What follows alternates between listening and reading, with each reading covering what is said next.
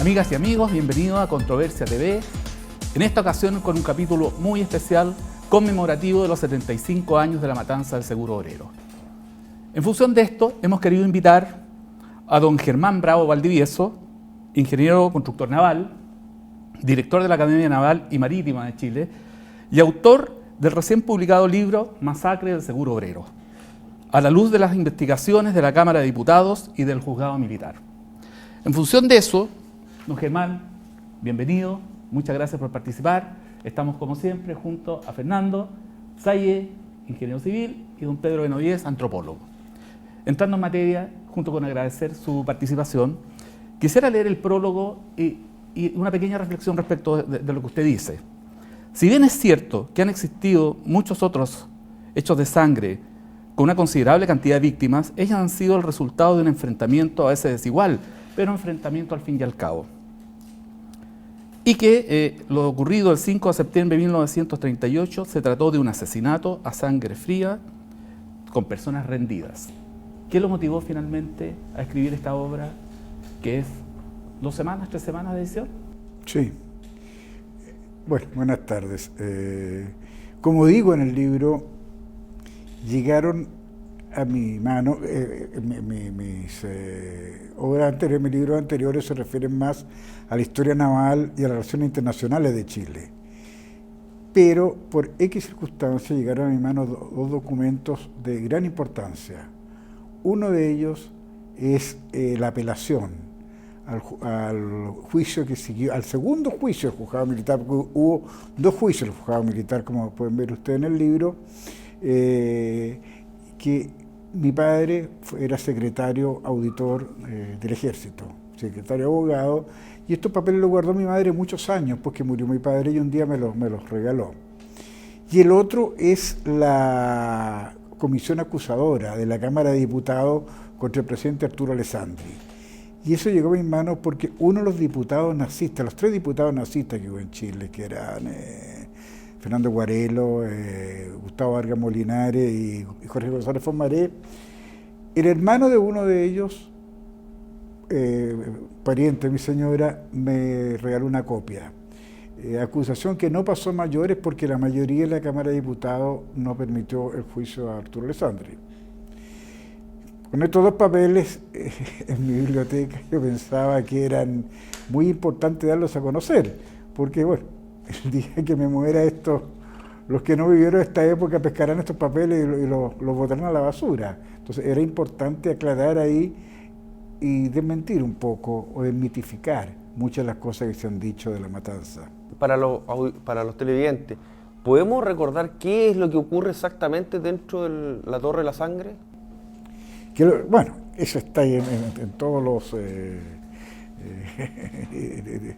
la comisión acusadora y la apelación. Lo que pasa es que el momento en que, el famoso putsch nazista iba a tomar el edificio Seguro Obrero, el edificio de la Universidad de Chile, botar unas torres de alta tensión, la Radio Juque para transmitir una proclama, y desde una casa, de un subterráneo, iba a transmitir por Radio González Fomaré con el Pitón 10, que fue ministro de Allende, con Jiménez. Eso lo tenían planificado.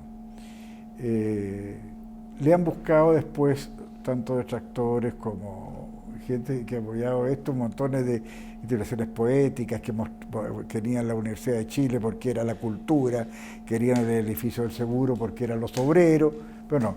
El hecho es que eran 2 edificios, dos edificios centrales, el del Seguro Obrero muy apropiado para esto, por la arquitectura que tenía, y cuando se produce, y convencido de ello, es que el ejército se va a levantar.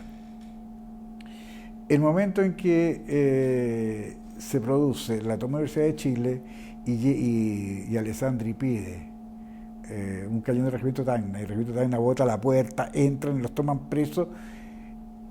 Dice, algunos se escaparon por los patios, etc. Pero un grupo más o menos de 25 muchachos llegan, son llevados a la comisaría y a investigaciones, inicialmente por la calle Bandera y por la calle Morandé.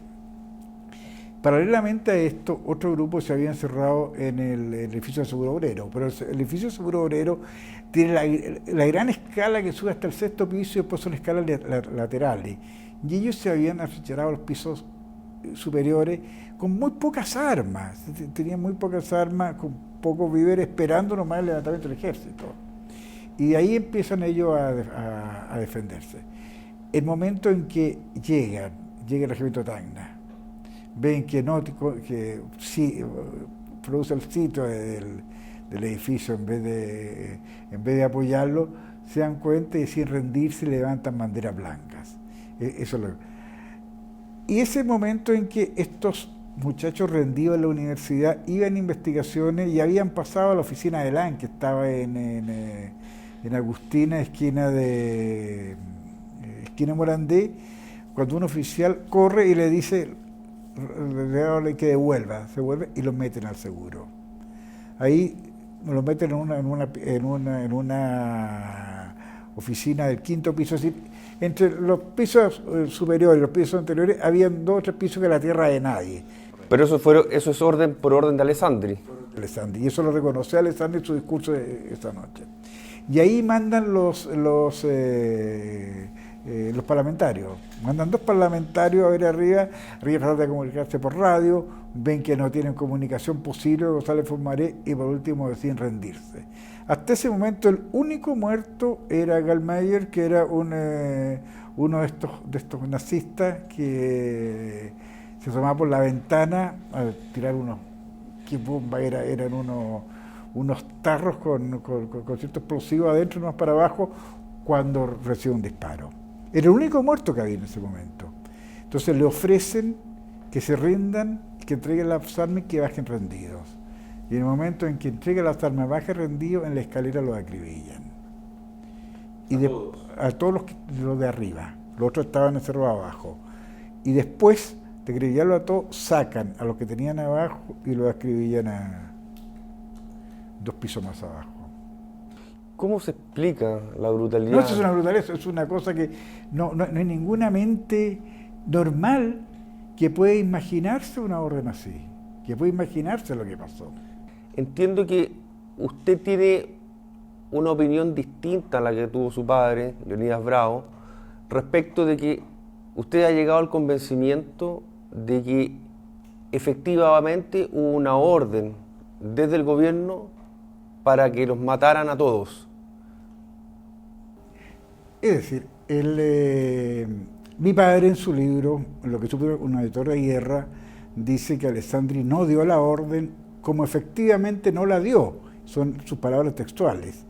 Yo a través de la investigación no llego a la conclusión si fue Alessandri o fue Arriagada, pero los dos estaban al lado, y cuando está el jefe y el subalterno a menos de 100 metros de los hechos, hablemos del campo de batalla, es imposible que uno no sepa lo que está ordenando el otro, y el superior era Alessandri.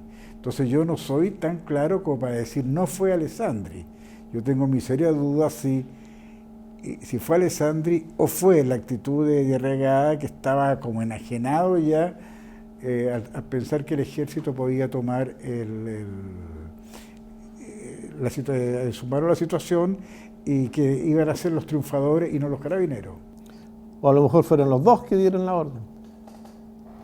Y yo creo que tiene que haber un acuerdo, que uno sabía lo otro. Ahora, el por qué y el epílogo del libro, usted ve, la gran duda es si Alessandri decía que había sido Arriagada estaba embromado en el juicio. Si Arriagada decía que era Alessandri estaba a salvo porque tenía que ser desaforado y tenía mayoría en las cámaras y los partidos políticos se cuadraron como tabla con Alessandri. Entonces era muy difícil. Pero, por otro lado, es bien curioso la actitud posterior de los dos. Alessandri es salamero en sus memorias para hablar de Arriagada. Habla del gran director general, del magnífico director general, del hombre insustituible. En cambio, las confesiones del hijo de Arriagada son que nunca más se vieron, que incluso que Alessandri dice que cuando murió Arriagada lamentaba que su amigo haber muerto en esa Venecia con su amigo.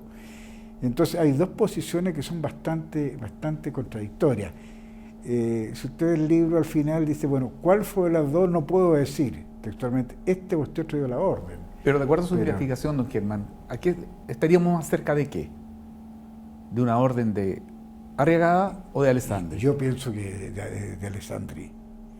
Mi idea de Alessandri, porque por otro lado es imposible que un comandante y jefe que está al lado del presidente de la República, perdón, un director general, que está al lado del presidente de la República, no le consulte la opinión o no tome la decisión que él diga.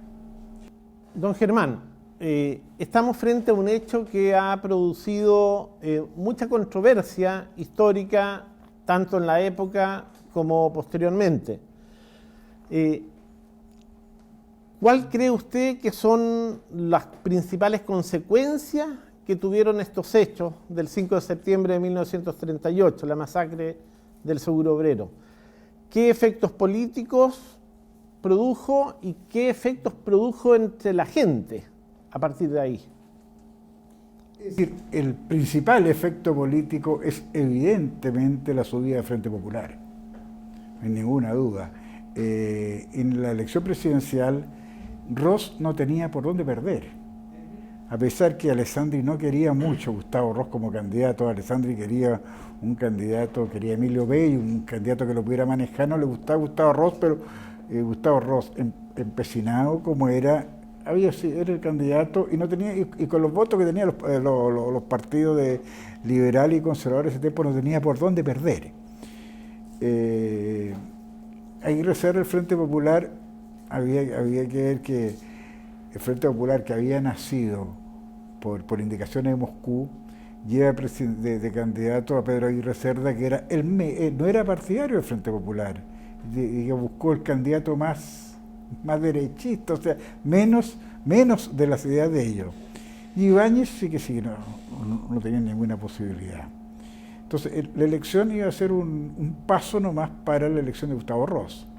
Pero al producirse esto, es tanta la conmoción que produce, que incluso la renuncia de Ibáñez y el ceder sus votos a Aguirre no creo que haya tenido tanta importancia como el sentimiento de la gente contra lo que pasó y contra Alessandri. Entonces eso produjo el vuelco y el triunfo de Pedro Aguirre Cerda. Siguiendo lo que preguntaba hace un rato Fernando respecto de si hubo ocultamiento de la verdad, ¿qué papel dentro de lo que sabe usted jugó la Corte Suprema, que era dirigida por Miguel Elwin? Sí, esa era la pregunta que me ha hecho antes. Resulta que cuando, antes que se supiera de los muertos, y Alessandri parece que pensó al principio que podía manejar a la justicia militar y y quería que esto quedara en manos de la justicia militar. Pero ahí le toca a mi padre, que en ese tiempo no era secretario juzgado todavía, era oficial de abogado del ejército, le consulta y dice que no, que como no, eso corresponde a la Ley de Seguridad Interior del Estado, porque es un caso contra la Seguridad Interior del Estado, se le corresponde al Ministerio de la Corte de Apelaciones. Y ahí nombran a Herveta. Herveta, como dice, era bastante amigo de Alessandri, dice que lo visitó varias veces, y Herveta se limita a condenar a los nazistas nomás, y no toca este otro punto. Elwin tiene una actitud ahí de pedir que interroga, ahí lo cuento en el libro, a un médico que no le querían tomar la declaración de que le había ofrecido los servicios de asistencia pública. Pero esto de la Corte de Apelaciones no pasa para arriba, no pasa a la Corte Suprema, llega hasta la Corte de Apelaciones. Y ahí termina, Alessandri se encarga muy bien de dejar eso hasta ahí nomás, pero el error tiene un señor Novoa, que era el secretario del juzgado. Según Alessandri, se le olvidó informar a la justicia militar que habían hecho de carabinero de servicio. Y esto es lo que ya había tomado el gobierno de Pedro Aguirre Cerda, un particular. Pide que se reabra el juicio puesto que tiene este vicio. Y ahí parte el nuevo juicio, el caso del juzgado militar. Perfecto. Bueno, don Germán Bravo Valdivieso, muchas gracias por participar en Controversia TV. Su libro, que entiendo ya está en las librerías también, interesantísimo. Obviamente, nuestro interés es que lo puedan leer. Gracias, Fernando. Gracias, Pedro. Y a ustedes, amigos, agradecerles en este programa conmemorativo los 75 años del asesinato o de la llamada matanza del Seguro Obrero, y nuestro respeto a esos 59 jóvenes que fueron alevosamente asesinados y hasta el día de hoy nadie fue juzgado.